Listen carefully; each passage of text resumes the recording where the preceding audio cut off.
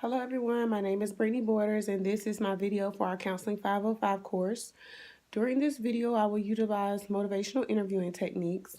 For the video, we were given 5 client statements to make 2 responses rather to each statement using motivational interviewing techniques or skills. I will distinguish between each client statement, but I'm not going to read the client statement.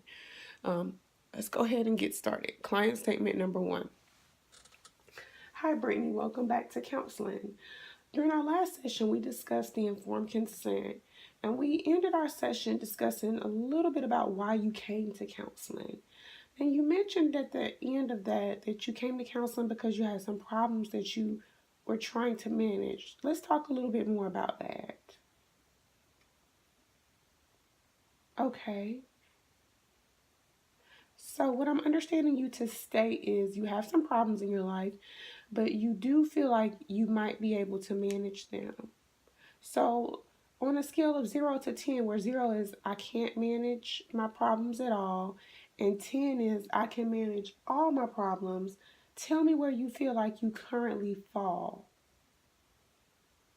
Okay. So right now you feel like it's about a 4. So I'm going to give you a sheet of paper.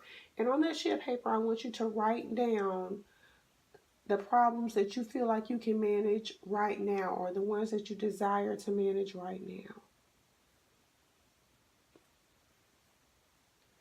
Okay, Brittany, so it looks like you wrote down that you think you can manage your alcohol consumption and your depression.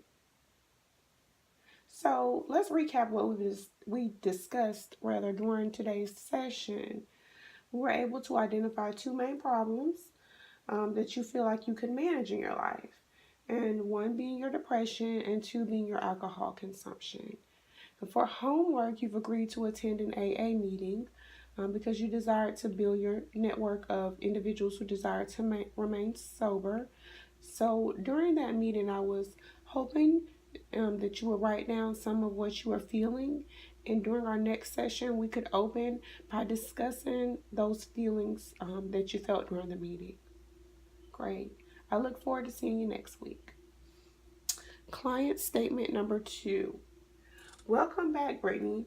During our last session in counseling, we discussed you being here because your family was concerned. So tell me a little bit about what might have created that concern for your family.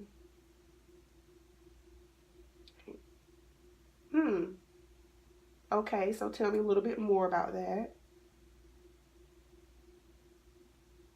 Okay, so you're feeling like now you might need to be here for yourself and not just because your family was concerned. So what might be some of the advantages to you being in counseling?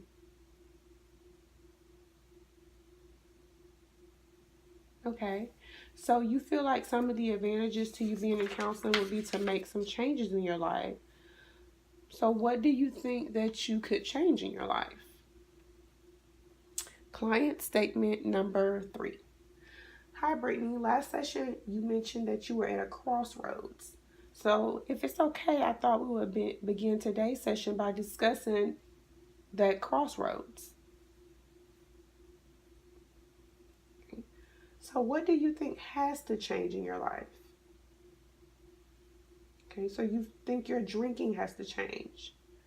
So now that you've identified what needs to change, I want you to think about this sentence and fill it in.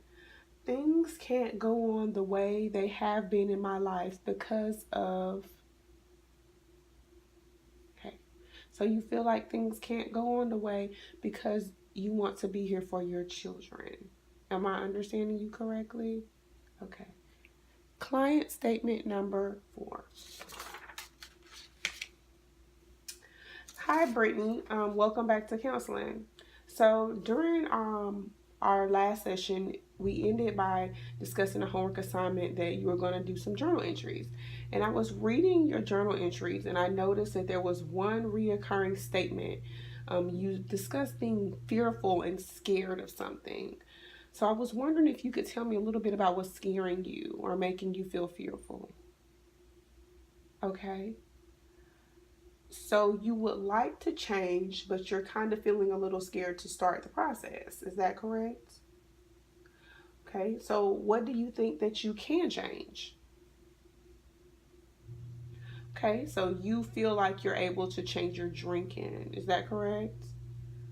So now that you feel like you're able to change your drinking, tell me why you would want to change your drinking. Client statement number 5. Hi, Brittany. Welcome back. During our past 2 sessions, we've been discussing 2 major things, and that was 1, your drinking or alcohol consumption, and 2, your depression. And you stated that you were feeling depressed and perhaps possibly worthless, so you drink, and you don't desire to stop drinking. So I was wondering if today you could begin the session by telling me a little bit about why you don't desire to drink, or why you don't desire to stop drinking, rather. Okay, so drinking is something that you use to cope with your depression. So despite stopping drinking, you feel like you'll still have depression. You want that depression won't change. So can you recall a time in your life where you might have used something other than alcohol to cope? Okay. So how serious or urgent does you needing to stop drinking make you feel? So am I understanding you correctly? On one hand, you're saying that you don't want to stop drinking because you feel like you're still going to feel depressed regardless of it if you drink or not. And on the other hand, I'm feeling you state that you need to stop drinking because you feel like your life is being threatened by your alcohol consumption.